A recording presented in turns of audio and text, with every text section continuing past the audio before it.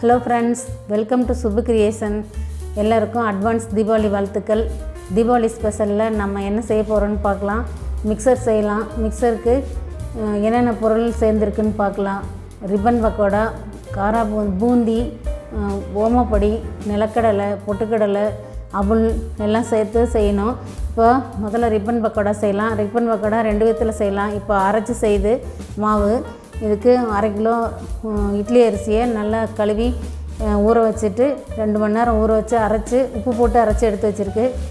இதில் 150 கிராம் பொட்டுக்கடலையும் நல்லா நைஸாக நுணுக்கி சளிச்சு எடுத்து வச்சுருக்கோம். 1 ஸ்பூன் மிளகாப்பொடி எடுத்து வச்சுருக்கு. 50 கிராம் வெண்ணெய் எடுத்து வச்சுருக்கு. இப்போ எல்லாத்தையும் நம்ம சேர்த்து இந்த மாவோடு கலக்கலாம். வெண்ணெய், மிளகாப்பொடி, பொட்டுக்கடலை மாவு 3ஐயும் இந்த மாவில் சேர்த்து நல்லா பிசையணும். எல்லா மாவோட எல்லா சைடும் படுற மாதிரி நம்ம நல்லா பிசைஞ்சிக்கலாம்.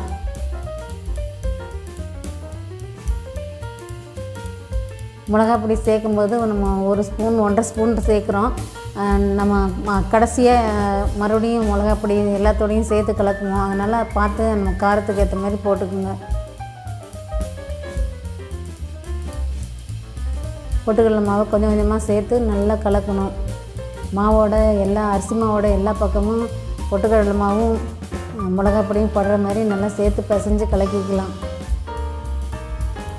ஃப்ரெண்ட்ஸ், இந்த வீடியோ உங்களுக்கு பிடிச்சதுன்னா நீங்களும் செஞ்சு பார்த்துட்டு எனக்கு கமெண்ட்ஸ் பண்ணுங்கள். உங்கள் ஃப்ரெண்ட்ஸுக்கு ஷேர் பண்ணுங்கள். என்னோடய சேனலை சப்ஸ்கிரைப் பண்ணி பெல் ஐக்கான் ப்ரெஸ் பண்ணிங்கன்னா என்னோடய வீடியோஸ் உங்களுக்கு உடனுக்குடன் வரும். நீங்களும் செஞ்சு பார்த்துட்டு எப்படி இருக்குன்னு எனக்கு கமெண்ட்ஸ் பண்ணுங்கள். இது கொஞ்சம் லாங் ப்ராசஸ் தான், இருந்தாலும் நல்லாயிருக்கும். தீபாவளிங்கிறதுனால செய்கிறோம். நல்லா கலக்கி எல்லாத்தோடையும் மாவோட எல்லாம் நல்லா கலங்குற மாதிரி கலக்கிக்கணும். இந்த பொட்டுக்கடலை மாவு சேர்க்குறதுனால அந்த அரிசி மாவில் இருக்க தண்ணியெல்லாம் இழுத்துட்டு நல்ல மாவு நம்ம முறுக்குழக்கில் போட்டு புளிகிற அளவுக்கு பதத்தில் வந்துடும்.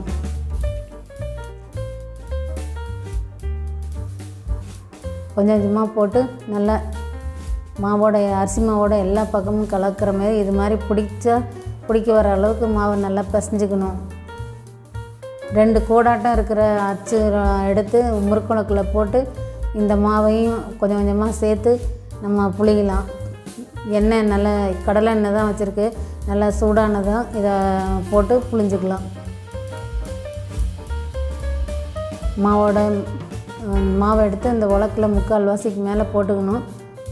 அப்புறம் மேலே வச்சு நம்ம எண்ணெயில் கொஞ்சம் மேலே தூக்கி புளிஞ்சோம்னா நல்லா புளிய வரும். ரொம்ப கீழே இருக்குன்னா அனல் அடிக்கும். கொஞ்சம் தூக்கி புளிஞ்சிக்கலாம். மாவு டைட்டாக இருக்கிற மாதிரி இருந்தால் கொஞ்சம் தண்ணி தெளித்து பிசைஞ்சிக்கணும். இப்போ பாருங்கள், ஓட்டு பக்கோடாங்கிற ரிப்பன் பக்கோடா நல்லா வெந்துருச்சு. நல்லா சத்தம் அடங்கி கலகலன்னு வரும்போது எடுத்துக்கணும்.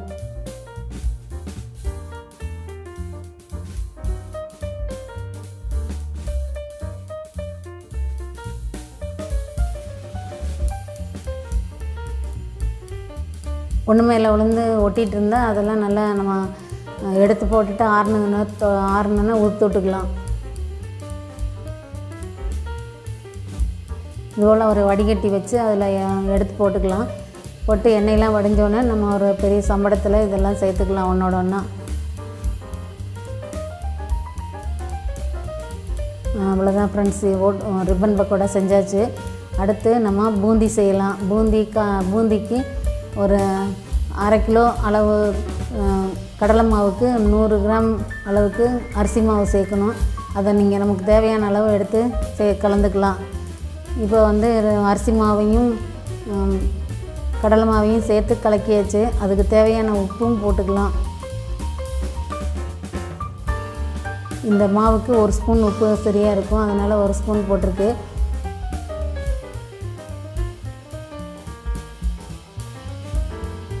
இப்போ நம்ம மாவை நல்லா உப்பு எல்லா இடமும் படுற மாதிரி அரிசி மாவு, கடலை மாவு, உப்பு எல்லாம் கலக்கிட்டு தண்ணி ஊற்றி கலக்கணும். நல்லா பிசைஞ்சு கலக்கணும். இதே போல் நம்ம பூந்தி லட்டு செஞ்சுருக்கோம். முதல்ல நம்ம சேனலில் போட்டிருக்கு. அதே போல் அது எப்படி தேய்ச்சோமோ அதே கரண்டியில் தான் இப்போ நம்ம காரா பூந்திக்கு வேண்டியதும் தேய்க்க போகிறோம். அது எப்படி செய்யலான்னு பார்க்கலாம் வாங்க. நல்லா தண்ணி ஊற்றி தூக்கி கையில் அள்ளி ஊற்றுனோம்னா நம்ம கண்டினியூவாக ஊற்றுற மாதிரி அந்த அளவுக்கு பதத்தில் கலக்கிக்கணும். மாவை கட்டி இல்லாமல் நல்லா கலக்கிக்கணும். அப்போ தான் அந்த கரண்டியில் ஊற்றும் போது நல்லா கீழே விழும். இந்த அளவுக்கு தண்ணி ஊற்றினா போதும். இந்த அளவுக்கு நம்ம ஊற்றிட்டு அந்த கரண்டியில் மாவை மொண்டு எண்ணெய்க்கு மேலே வச்சு ஊற்றும்போது கீழே முத்தாக விழும். தேவைப்பட்ட அந்த கரண்டியோட ஓரத்தை தட்டினோம்னா மீதி இருக்கிற மாவும் இறங்கிடும். கரண்டி இல்லைன்னா பெரிய ஜார்னியில் இது போல் கொஞ்சம் கொஞ்சமாக மாவு ஊற்றி செய்யலாம். லட்டுக்கு செய்கிற மாதிரியே தான் இது. கொஞ்சம் அரிசி மாவு எச்சா வரும். இது மொறுமொறுன்னு வர்றதுக்காக கொஞ்சம் அரிசி மாவு எச்சா போடணும் அது லட்டுக்கு செய்கிறதோட. நல்லா கலகலன்னு வெந்து சத்தம் வரும். கலக்கணும்னா இந்த எண்ணெயோட பபுள்ஸ் எல்லாம் அடங்கிடும். அந்த சமயம் பார்த்து நம்ம ஒரு கரண்டியில் எடுத்து அரிசி போட்டுக்கலாம் எண்ணெய் வடிகட்டியில். சீக்கிரம் வந்துடும். அதனால் நான் கொஞ்சம் சீக்கிரமாக நான் புழிஞ்சிட்டு அரிக்கிறதுக்கு ரெடி ஆகிக்கணும். இப்போ பாருங்கள், எண்ணெயில் சலசலப்பு அடங்கிடுச்சு. பூந்திலாம் நல்லா சலசலன்னு கலகலன்னு சத்தம் வருது. இந்த சமயத்தில் இந்த மாதிரி ஒரு வடிகட்டியில் எண்ணெய் வடிகிறதுக்காக நம்ம எடுத்து போட்டு ஒரு பெரிய வடிகட்டியில் சேர்த்துக்கலாம் எல்லாத்தையும். மீதி இருக்க எண்ணெயும் வடிஞ்சிடும் அதில் சேர்த்தோம்னா.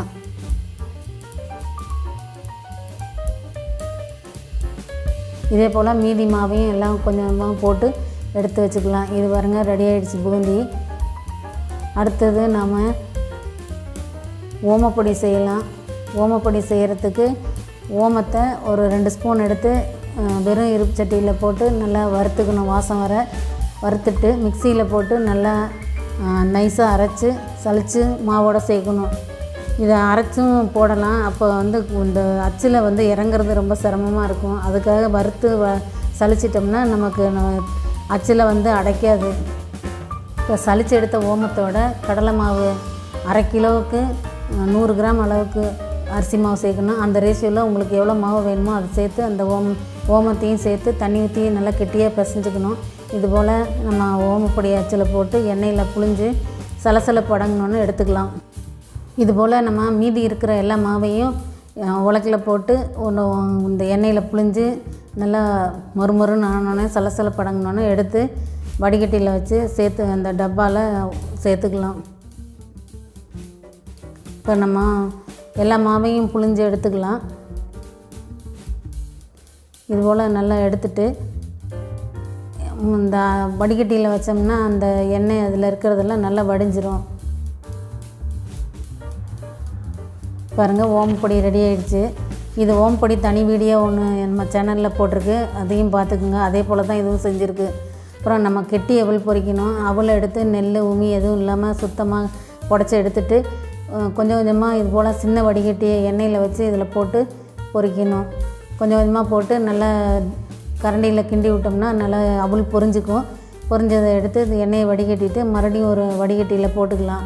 இப்போ நிலக்கடலை இப்போ அதே போல் இந்த சின்ன வடிகட்டியில் வச்சு எண்ணெயில் வச்சுருக்கு. நல்லா கலக்கி கொடுத்தோம்னா தோலெல்லாம் வெடித்து கொஞ்சம் கலர் சேஞ்ச் ஆகும். அந்த அளவுக்கு வாசம் வரும் நல்லா. அப்போ எடுத்துக்கணும். பாருங்கள், தோலெல்லாம் தானாக வெடிச்சுக்குவோம். வெடிச்சிட்டு கொஞ்சம் கலர் சேஞ்ச் ஆகி வாசம் வரும்போது நம்ம இந்த எண்ணெயிலேருந்து எடுத்துடலாம். ரொம்ப விட்டால் கருகிடும், பார்த்து எடுக்கணும். கலர் கொஞ்சம் இந்த கடலையோட வெள்ளை கலர் கொஞ்சம் சேஞ்ச் ஆகும்போது எடுத்துடலாம்.